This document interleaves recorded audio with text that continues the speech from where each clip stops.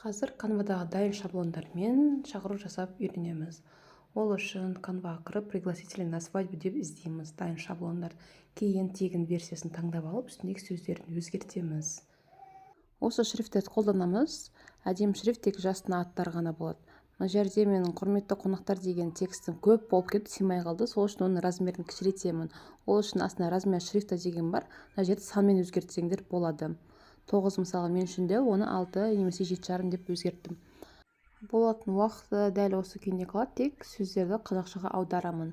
Мына жерде желтоқсан деген сөз менде сыймай қалды, оны да размерін кішірейтемін. Астына размер шрифта дегенде осы жерге жазамыз. Бұл шетелдіктердің шақыру үлгісі болған соң, олар көп сөз қоспайды, артық сөз қоспайды, тек екі жастың аты, болатын жері, мекен-жайы, уақыты болды. В основном сол ғой. Қазір бір лайфхак көрсетейін деп жатырмын. Тағы да екі жастың атын қазақша шрифтпен жазғым келіп тұр.